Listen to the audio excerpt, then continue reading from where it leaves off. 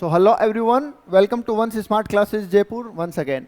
जैसा आप जानते हैं कि सीएमए इंटर एंड फाइनल के पेपर्स चल रहे हैं और हम चाहते हैं कि आपको इन पेपर के जो सजेस्टेड आंसर्स हैं वो आपको तुरंत हम प्रोवाइड करें, राइट। तो कॉस्ट एंड मैनेजमेंट ऑडिट का जो पेपर हुआ था 2 दिन पहले, उस दिन सेम डे मैंने आपको उसका एक वीडियो बना के दिया था जिसमें उसमें 20 मार्क्स के जो एमसीक्यू आए थे वो मैंने आपको सोल्व करके दिखाए थे। कई बच्चों के कमेंट आए कि सर बाकी का पेपर भी सोल्व करवा दीजिए।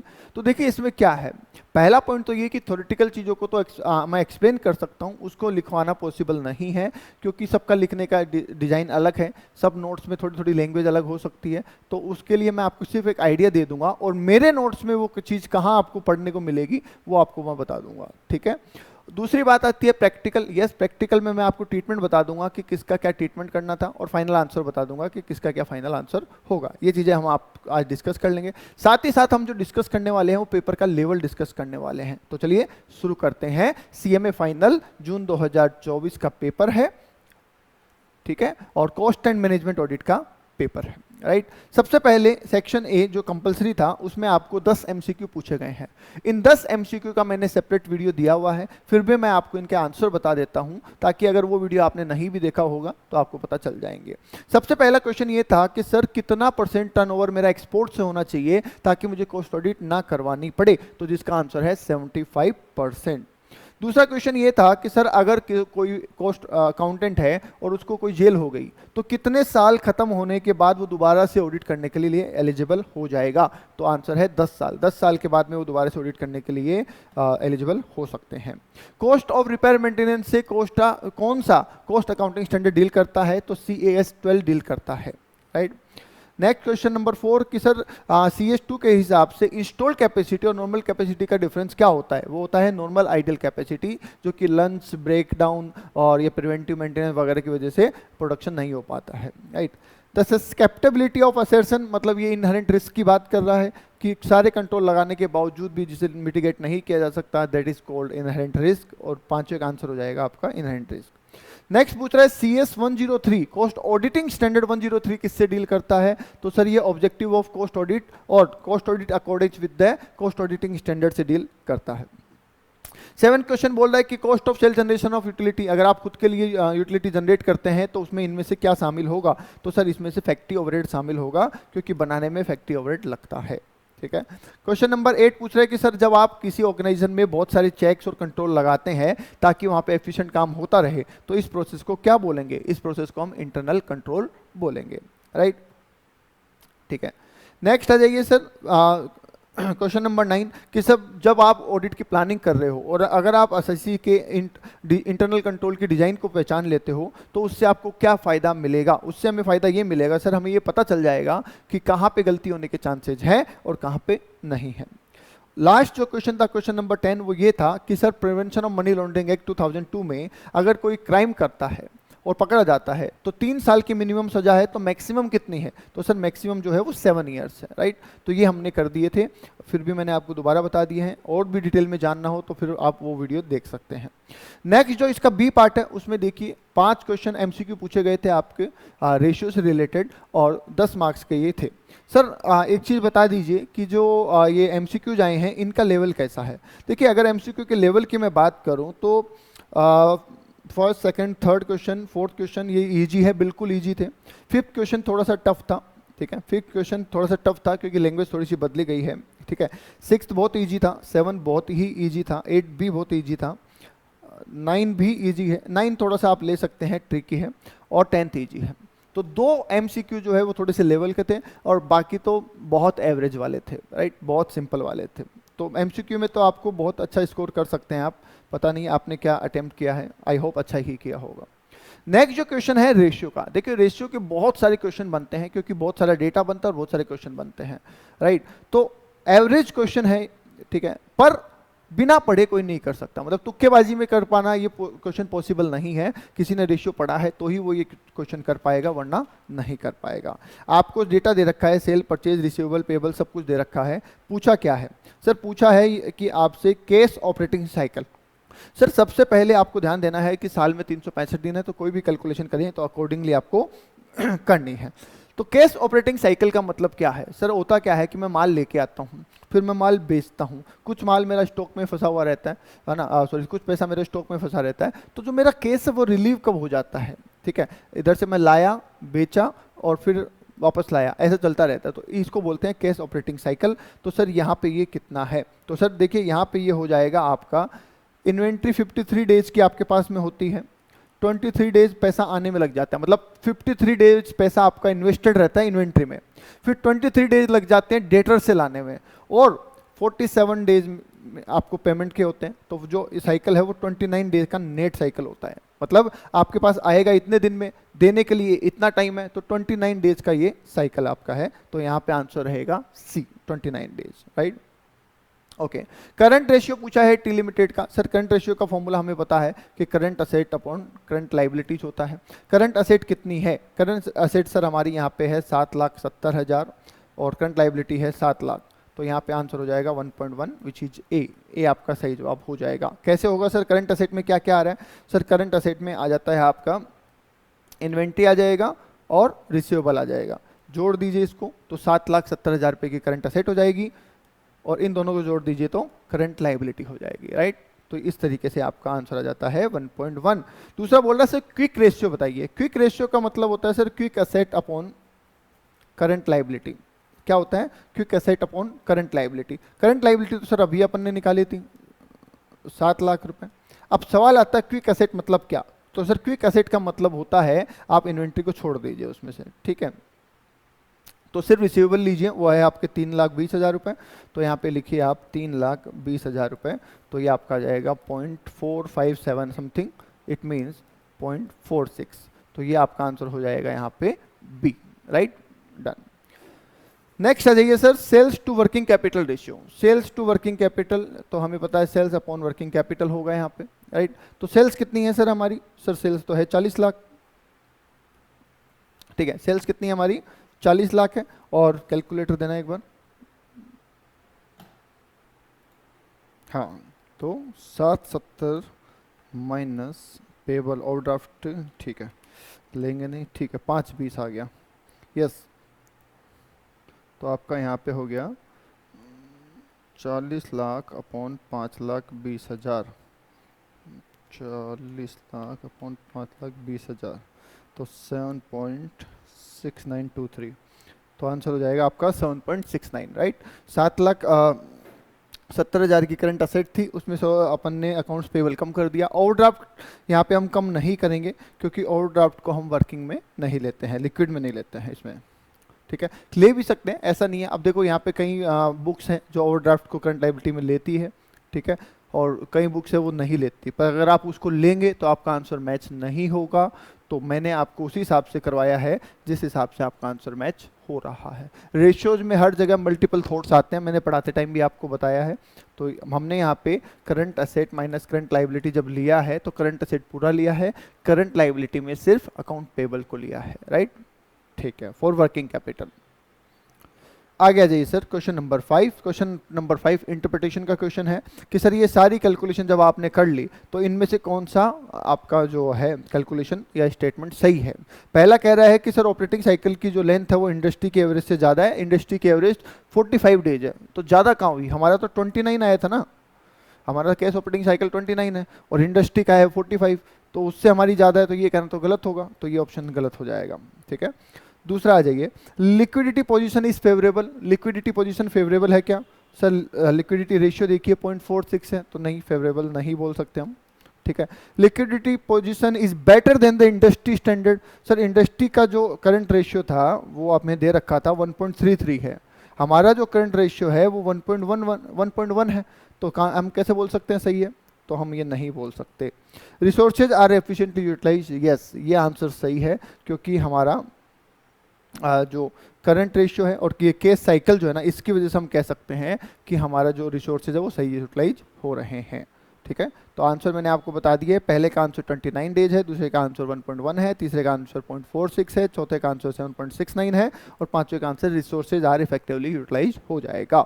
ये था आपका सेक्शन ए जो मैंडेटरी था। अब बात कर लेते हैं सेक्शन बी की। सेक्शन बी में आपको 5 क्वेश्चन करने थे आउट ऑफ 7 क्वेश्चन, 7 में से कोई भी 5 करने थे और 14 मार्क्स का कॉम्बिनेशन है, ठीक है। अब पहला जो क्वेश्चन है, क्वेश्चन 2A, क्वेश्चन 2A जो है वो स्कोप ऑफ कॉस्ट ऑडिट है कि कॉस्ट ऑडिट में किन किन चीजों को शामिल किया जाता है, ठीक है। तो ये क्वेश्चन आपको करना था चैप्टर नंबर 1 से, ठीक है। ये आपका चैप्टर नंबर 1 का क्वेश्चन है। थ्योरेटिकल क्वेश्चन मैं ऐसे ही बता पाऊंगा आपको, ठीक है, उसको यहाँ पे लिखाने का कोई सेंस नहीं है। और मेरे, अगर आपने बुक पढ़ी है, मेरी वाली बुक पढ़ी है, तो उसमें आपको पेज नंबर 5 पे एज इट इज साफ लिखा हुआ स्कोप ऑफ कॉस्ट ऑडिट ऐसा लिखा हुआ और उसके नीचे पूरा आंसर मिल जाएगा पेज नंबर 5 पे, आप वहां से देख सकते हैं। मतलब इसमें यही है कि कॉस्ट ऑडिट में क्या क्या आता है, कॉस्ट ऑडिट का दायरा कहाँ तक है। दूसरा जो क्वेश्चन आ रहा है, what is mean by normal price in respect of related party in CRA1 adopt the normal price का प्रोसेस क्या है। कि देखिए हम क्या होता है, ऐसे तो हम झूठी कॉस्ट दिखाने के लिए हम प्राइसेस बढ़ा के दिखा सकते हैं, ठीक है। CRA1 में हमें कॉस्ट रिकॉर्ड्स मेंटेन करने होते हैं, तो उसमें हम ज़्यादा रेट पे ना दिखाएं, तो उसके लिए हम नॉर्मल प्राइस कैलकुलेट करते हैं। अब नॉर्मल प्राइस कैसे पता चलेगी सर, मार्केट वैल्यू वगैरह जो होती है उससे नॉर्मल प्राइस पता चलती है। तो ये बेसिकली चैप्टर 2 का है, ठीक है, चैप्टर 2 में आपको मिल जाएगा, राइट। यस, तो ये इनडायरेक्ट क्वेश्चन है, तो स्पेसिफिक पेज नंबर मैं नहीं बता रहा हूं, पर ये आप जब थ्योरी पढ़ेंगे तो उससे आपको ये चीज समझ में आ जाएगी, ठीक है। क्वेश्चन नंबर 3, क्वेश्चन नंबर 3 जो है, यस, ये आपको मिल जाएगा पेज नंबर 21 में अपनी बुक के अंदर। और आंसर इसका है कि क्या एक कॉस्ट अकाउंटेंट केएमपी बन सकता है? यस, बन सकता है। इंडिपेंडेंट डायरेक्टर बन सकता है? यस, बन सकता है। पर इसके साथ आप एक चीज जरूर कोट कर दीजिएगा कि अगर आप किसी कंपनी के केएमपी बन जाते हैं तो फिर आप उसके कॉस्ट ऑडिटर नहीं बन सकते। मतलब आप ये लिख दीजिए कि yes, a cost accountant can be appointed as a KMP in a company, but in that case he cannot become the cost account auditor of that company। cost auditor वो नहीं बन सकता, और इंडिपेंडेंट डायरेक्टर भी बन सकता है, ऐसी कोई रेस्ट्रिक्शन इस पे है नहीं, ठीक है। ओके, तो ये आपको पेज नंबर 21 पे मिल जाएगा अपनी बुक के अंदर। नेक्स्ट आ जाइए question number B. Question number B XBRL format के बारे में है कि जब XBRL में आप फाइल करते हैं किसी फॉर्म को तो क्या करते हैं सर। सबसे पहले हम कॉस्टिंग टैक्सोनॉमी डाउनलोड करते हैं, फिर उसमें इंडिविजुअल कॉस्ट एलिमेंट को हम मैपिंग करते हैं, अटैच करते हैं, जिसको बोलते हैं मैपिंग। मैपिंग करने के बाद में एक इंस्टांस डॉक्यूमेंट क्रिएट होता है। इंस्टांस डॉक्यूमेंट क्रिएट होने के बाद हम एक वैलिडेशन टूल डाउनलोड करते हैं। उस वैलिडेशन टूल से हम उस इंस्टांस डॉक्यूमेंट को वैलिडेट करते हैं। जब वो वैलिडेट हो जाता है तो उसका एक ह्यूमन रीडेबल फॉर्मेट में फॉर्म ओपन होता है। हम उसमें सारी जानकारी चेक करते हैं, अगर सारी जानकारी सही है तो हम उसे अपलोड कर देते हैं। सेम टू सेम पूरा एज इट इज आपको पेज नंबर 40 पे मिल जाएगा। एज इट इज पूरी प्रोसेस लिखी हुई है अपनी बुक के अंदर, राइट। तो ये दोनों क्वेश्चन आपको एज इट इज मिल जाएंगे, ठीक है। आगे बढ़ते हैं सर। आगे सर क्वेश्चन जो है ये CAS 6 का क्वेश्चन है, ठीक है। इजी, अगर लेवल की आप बात करो तो लेवल भी मैं बता देता हूँ सर। ये क्वेश्चन बहुत इजी था, ठीक है। ये क्वेश्चन ट्रिकी था, ठीक है। यहाँ पे ये क्वेश्चन इजी है, ठीक है। XBRL तो बहुत इजी है, ठीक है।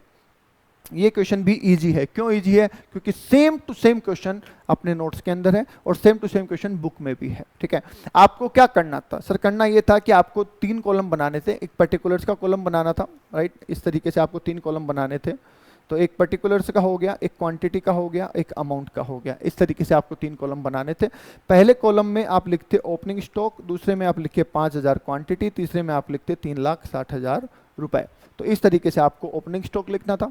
सेम इसी तरीके से आपको परचेज लिखनी थी 17,500 यूनिट और 14 लाख रुपए की, ठीक है। क्लोजिंग स्टॉक आपको अभी नहीं लिखना होता, वो बाद में कैलकुलेशन होती है। फिर आपको फ्रेट ऐड करना था यहाँ पे 1,05,000 रुपए का। क्वांटिटी में कुछ लिखना नहीं है, फ्रेट ऐड कर देना। फिर आपको पैकिंग मटेरियल ऐड करना था। पैकिंग मटेरियल 1 लाख रुपए का लगा, मतलब ये ऐड हो जाएगा, ये ऐड हो जाएगा, ये ऐड हो जाएगा। पैकिंग मटेरियल 1 लाख का लगा, पर उसमें 12,000 जो है वो किसके हैं सर? एडमिनिस्ट्रेशन मार्केटिंग के हैं, तो वो नहीं आएंगे। तो यहाँ पे ऐड तो होगा पर 1 लाख नहीं होगा, 88,000 होगा। डेमोरेज चार्जेस ऐड करने या नहीं करने, तो मैंने आपको बताया था कि इसमें थ्योरी और प्रैक्टिकल में कॉन्फ्लिक्ट है। थ्योरी कहती है कि किसी भी तरीके का फाइन डेमोरेज ऐड नहीं होता है, पर जो प्रैक्टिकल है उसमें कई जगह पे ऐड कर रखा है और कहीं पे नहीं कर रखा। मेरा जो व्यू है मैंने आपको वहाँ पे भी बताया था कि मेरे हिसाब से इसको ऐड नहीं करना चाहिए, ठीक है। कई क्वेश्चन में इवन इंस्टीट्यूट ने भी 2 जगह 2 ट्रीटमेंट कर रखे हैं, एक कुछ ने ऐड कर रखा है और जैसे बुक में आई थिंक ऐड कर रखा है और स्कैनर में ऐड नहीं कर रखा है, ठीक है, ऐसा कर रखा है, या रिवर्स हो सकता है, मुझे अभी ध्यान नहीं है, वो आप देख लेना। तो हो सकता है एग्जामिनर के पास जो की हो वो कैसी हो हम कह नहीं सकते, तो इसलिए ये दोनों चीज़ें पॉसिबल है, मेरे हिसाब से इसे ऐड नहीं करना चाहिए, राइट, डन। नेक्स्ट आता है sir normal loss. Normal loss जो है सर जो हमने माल खरीदा उसका होगा। यहाँ पे जो मेन प्रॉब्लम हो सकती थी ना आपको, वो ये हो सकती थी कि क्वांटिटी कितनी ले हम। तो अगर आप पूरे स्टॉक का लेते हैं तो 5,000 प्लस 17,500 का लेना था, पर इन्होंने साफ साफ बोला है जो मटेरियल परचेज किया, तो यहाँ पे आप 170 क्वांटिटी लेंगे, क्वांटिटी को रिड्यूस कर देंगे, कॉस्ट से कोई छेड़छाड़ नहीं करेंगे, क्योंकि नॉर्मल लॉस जो होता है वो कॉस्ट का पार्ट होता है, राइट। उसके बाद बात आती है अब नॉर्मल लॉस की। अब नॉर्मल लॉस की आप बात करेंगे तो 100 यूनिट आपको ऑलरेडी दे रखी है, आप यूनिट में से 100 यूनिट कम कर देंगे और इस 100 यूनिट की जो वैल्यू निकालेंगे वो निकालना जरूरी है और उसे आप कॉस्टिंग पेंडल से चार्ज करेंगे। अब सर वो वैल्यू निकालने के लिए हम किन किन वैल्यूज को कंसीडर करें, ये बड़ा जरूरी हो जाता है। कैसे कि सर देखो यहाँ पे लिखा है बिफोर रिसिप्ट ऑफ मटेरियल। ये लॉस कब हुआ? माल मिलने से पहले हुआ, तो ओपनिंग स्टॉक तो तब तक मिक्स हुआ ही नहीं था उसमें, तो आप यहाँ पे लेंगे 14 लाख रुपए और 1,05,000 रुपए। पैकिंग मटेरियल भी नहीं लेंगे। क्यों नहीं लेंगे packing material? Sir packing material हम जो यूज करते हैं वो जब माल हमारे पास आ जाता है तब यूज करते हैं हम, राइट। तो जब आप ये अबनॉर्मल लॉस की वैल्यू निकाल रहे होंगे, मैं रिपीट कर दूं, जब आप अबनॉर्मल लॉस की वैल्यू निकाल रहे होंगे तो एट दैट टाइम आप 14 लाख रुपए परचेज प्राइस और फ्रेट 1,05,000 रुपए लेंगे, डिवाइड बाई कर देंगे 17,500 और मल्टीप्लाई बाय 100 यूनिट, इस तरीके से निकालेंगे। इसमें हम पैकिंग मटेरियल नहीं लेंगे क्योंकि वो आने के बाद करते हैं हम, ठीक है, क्योंकि सेल्फ मैन्युफैक्चर हम बनाते हैं, तो जब माल आएगा तभी तो उसको पैक करेंगे, राइट। डेमोरेज नहीं लेंगे और बाकी चीज़ें लेने का तो मतलब ही नहीं है, राइट। तो इस तरीके से आपको ये कैलकुलेट कर लेना है। नेक्स्ट आ जाइए सर। नेक्स्ट आपको पूछा था CS4 का क्वेश्चन है, बड़ा इजी है और as it is same to same question हमारी बुक में है। Yes, same to same question हमारी बुक में है। तो सर इसमें आपको कॉस्ट ऑफ प्रोडक्शन निकालनी है और उसका 110% कर देना था, जिससे आपको असेसेबल वैल्यू निकल जाती। तो आपको इसमें 3650 लेना है, डायरेक्ट वेजेस सैलरी लेना है, डायरेक्ट एक्सपेंसेस लेना है, इनडायरेक्ट मटेरियल लेना है, फैक्ट्री ओवरहेड लेना है, एडमिनिस्ट्रेशन पूरा नहीं लेना, 40% लेना है। तो आप इसको कर दीजिए 40% कर दीजिए तो 560 आ जाएगा। तो 560 आपको यहाँ पे लेना है, 675 लेना है, रिसर्च एंड डेवलपमेंट लेना है, इंटरेस्ट ऑन वर्किंग कैपिटल हम नहीं लेते क्योंकि finance cost according to CAS7 cost of production का हिस्सा नहीं होती है, और सेल ऑफ स्क्रैप को आपको माइनस कर देना है। जो मैं कैलकुलेशन कर पा रहा हूँ उसके हिसाब से ये बैठ रही है आपकी 9005, ठीक है। बाकी आप देख लेना कैलकुलेशन एरर ना हो, ठीक है। क्या ऐड करना लेस करना मैंने आपको बता दिया। ये तो आ गई हमारी कॉस्ट ऑफ प्रोडक्शन।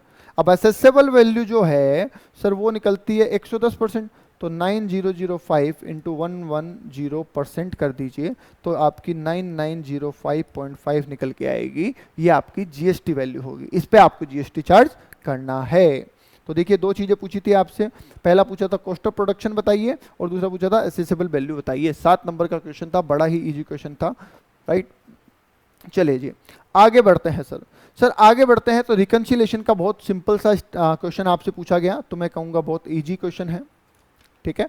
आपको फाइनेंशियल प्रॉफिट दे रखा है 33,18,100 और आपको लिखा है कि कुछ डिफरेंस फाइनेंस और कॉस्ट रिकॉर्ड्स में आए थे। तो ये वो आइटम है, इस लाइन को ध्यान दीजिएगा, ये वो आइटम है जो कॉस्ट रिकॉर्ड्स में नहीं आए, ऐसा साफ साफ लिखा है। ये वो आइटम दे रखे हैं जो कॉस्ट रिकॉर्ड्स में नहीं आए, मतलब फाइनेंस में तो आ गए पर कॉस्ट रिकॉर्ड्स में नहीं आए। तो सर अगर ऐसा है तो हम इनका क्या ट्रीटमेंट करेंगे बताओ जी। तो इनको ऐड करें लेस करें, तो सुनिए सबसे पहले आप फाइनेंशियल प्रॉफिट उठा लीजिए यहाँ पे 33,181,000। अब इसमें एडलेस क्या करना है वो देखते हैं। सबसे पहले profit on sale of fix asset दे रखा है, तो sir profit on sale of fix asset 3,05,000 रुपए का है, इसे आप लेस कर देंगे क्योंकि ये फाइनेंस में आया और कॉस्ट में नहीं आया और हमें कॉस्ट के प्रॉफिट पे पहुंचना है, तो दैट्स वाई आप इसको लेस कर देंगे। Loss on sale of investment है, इसको आप ऐड कर देंगे, राइट, मैं सीधा ही लिखवा रहा हूँ, आप देख लेना फिर। खर्चा है, वॉलंटरी रिटायरमेंट का क्या है, खर्चा है सर, तो इसको आप ऐड कर देंगे। डोनेशन पेड खर्चा है, इसको भी आप ऐड कर देंगे। इंश्योरेंस क्लेम सर इनकम है, तो इनकम को आप लेस कर देंगे। ट्रेडिंग प्रॉफिट इनकम है, इसको भी आप लेस कर देंगे। इंटरेस्ट इनकम भी एक इनकम है, तो इसको भी आप लेस कर देंगे। क्यों? क्योंकि ये सारी इनकम फाइनेंस में आई है और कॉस्ट में नहीं आई है, और हमें कॉस्ट पे पहुंचना है, तो इसको फाइनेंस में से वापस लेस कर दो। और जो जो खर्चे हैं वो फाइनेंस में आए हैं, कॉस्ट में नहीं आए हैं, तो इसे वापस ऐड कर दो। बस सीधा सा क्वेश्चन है, खर्चों को वापस ऐड कर दो और इनकम को वापस लेस कर दो, दैट्स इट। लास्ट है decrease in value of closing WIP। देखिए क्लोजिंग का मतलब होता है क्रेडिट, क्लोजिंग स्टॉक का मतलब होता है क्रेडिट, और उसमें डिक्रीज का मतलब हो गया डेबिट। तो ये जो है ये एक तरीके का एक्सपेंस है। अब फाइनेंस में एक्सपेंस आया इतना, कॉस्ट में एक्सपेंस आया इतना, राइट। तो इसे आपको क्या करना पड़ेगा, लेस करना पड़ेगा, ताकि दोनों का प्रॉफिट इक्वल आ जाए। तो ये सारी कैलकुलेशन करते हैं तो मेरे हिसाब से जो फिगर बैठती है वो बैठती है ये, प्रॉफिट एज पर कॉस्ट। तो एक बार आप चेक कर लीजिएगा, मेरे हिसाब से ये फिगर बैठती है, कोई हो सकता है कैलकुलेशन एरर हो तो चेक कर लीजिएगा, राइट। डन। नेक्स्ट आ जाइए सर, नेक्स्ट बोला है what is the need of forensic audit. Forensic audit की नीड क्या है सर? सर फोरेंसिक ऑडिट की बहुत नीड है, क्योंकि फोरेंसिक ऑडिट से हमें डिटेल में चीज़ें पता चलती है, ठीक है। फोरेंसिक ऑडिट होती कैसे हैं, तो ये कंप्लीट जानकारी एज इट इज जो मैंने आपको बुक दे रखी है उसमें पेज नंबर 176 पे एज इट इज साफ साफ ये लिखा हुआ मिल जाएगा कि need of forensic audit and procedure of forensic audit, same to same heading के साथ आपको पूरा क्वेश्चन ये एज इट इज मिल जाएगा, राइट। आगे चलते हैं सर, क्वेश्चन नंबर 6A की बात कर लेते हैं कि how many laundering act work, कैसे मनी लॉन्ड्रिंग वर्क करता है और इसमें कौन कौन से अपराध हैं बताइए। तो सर मनी लॉन्ड्रिंग कैसे वर्क करता है, इसकी 3 स्टेज बताई हुई थी आपको। एक तो होता है वो प्लेसमेंट, कि सबसे पहले हम किसी चीज़ को लेके आते हैं, फिर लेयर, उस पर कोई लेयर लगा देते हैं ताकि पता ना चले, फिर इंटीग्रेशन, उसे मैच कर देते हैं। जैसे हम ब्लैक मनी लेके आए, उसके ऊपर उसको घुमा दिया, रोटेट कर दिया उसको, तो लेयर चढ़ गई और फिर उसको मिक्सअप कर दिया मार्केट में, ठीक है। तो ये होता है। फिर उसमें ऑफेंस कौन कौन से हैं, ये सारी जानकारी आपको मिल जाएगी अपने नोट्स के अंदर, पेज नंबर 185 एंड 186 पे। 185 पे ये मिलेगा कि मनी लॉन्ड्रिंग कैसे होती है, और 186 पे ये मिल जाएगा कि उसमें कौन कौन से ऑफेंस है। As it is same heading के साथ आपको ये क्वेश्चन नंबर 6 मिल जाएगा, राइट। आइए जी बात कर लेते हैं क्वेश्चन नंबर 6B की, objective of management audit. Page number अपनी बुक का है बेटा 108, ठीक है। 108 पे एज इट इज हेडिंग साफ साफ मिल जाएगी आपको लिखी हुई, ऑब्जेक्टिव ऑफ मैनेजमेंट ऑडिट, तो वहां से आप देख सकते हैं, राइट। तो अगर सर मैं ये मानता हूं कि अगर आपको हेडिंग समेत क्वेश्चन मिल गया तो इजी मानता हूं मैं उसको, ये सब इजी है बिल्कुल, क्योंकि जब आपको हेडिंग समेत क्वेश्चन मिल गया, और इससे इजी क्या चाहिए आपको, राइट। यस सर, आपकी बुक हमारे पास नहीं है, हम कैसे देखें, मॉड्यूल में भी मिल जाएगा, क्योंकि हमारे जो बुक बनाई गई है वो मॉड्यूल बेस्ड ही है, ठीक है। बस उसको हमने कलर करके, बहुत सी फिल्ट्रेशन करके, सॉर्ट करते, समराइज करके बना के दिया हुआ आपको, राइट। यस नेक्स्ट आ जाइए sir, enumerate and explain the information system audit approach. अब बताओ, सिंपल सा क्वेश्चन है और एकदम साफ बताया हुआ है। Audit around the computer, audit through the computer, audit with the computer, याद आया कुछ? Audit around the computer, audit through the computer, audit with the computer, ये सारी अप्रोच बताई हुई है। यस, तो same to same question as it is heading के साथ आपको मिल जाएगा पेज नंबर 168 पे, राइट। डन। नेक्स्ट आ जाइए, what is the productivity efficiency, और कैसे ये वर्क करती है और ये एलोकेटेड एफिशिएंसी से कैसे अलग है। तो सर ये भी बिल्कुल आपको मिल जाएगा पेज नंबर 121 पे, अपनी बुक में पेज नंबर 121 पे इसका एक्सप्लेनेशन आपको मिल जाएगा, ठीक है। नेक्स्ट आ जाइए question number 8, explain briefly the adequacy of internal control. तो सेम क्वेश्चन आपको मिल जाएगा पेज नंबर 142 पे, राइट। और last one is discuss audit procedure for conducting the audit of self help group. ये हमारे चैप्टर नंबर 15 में आपको मिल जाएगा, जिसमें हमने हॉस्पिटल की ऑडिट, एनजीओ की ऑडिट, सिनेमा हॉल की ऑडिट, वो सब बताई हुई है, वहाँ पे ही आपको मिल जाएगा, ठीक है। तो देखा जाए तो सर मुझे तो ये पेपर बहुत इजी लगा, ऐसा नहीं है कि सर हम पढ़ाते हैं तो हमें इजी लगा होगा, मेरा मानना है कि अगर question as it is book से आपको हेडिंग उठा के दे रहे हैं तो उससे इजी तो कुछ हो नहीं सकता है, ठीक है। हाँ, कुछ एक दो पॉइंट्स मैंने बताए आपको, वो टफ हो सकते हैं आपके लिए, बाकी ओवरऑल इजी था। और अगर हम बात करें कि दो ऑप्शन हमें छोड़ने को मिलते हैं, उसके बाद अगर उनको भी कंसिडर कर ले हम ऑप्शन को, तो बहुत ही ईजी था, बहुत ही ईजी था, राइट। यस, तो ये था आपका कोस्ट ऑडिट का पेपर। आई होप आप लोग अच्छा पेपर करके आए होंगे, तो आपका रिजल्ट भी अच्छा ही आएगा। All the very best, thank you.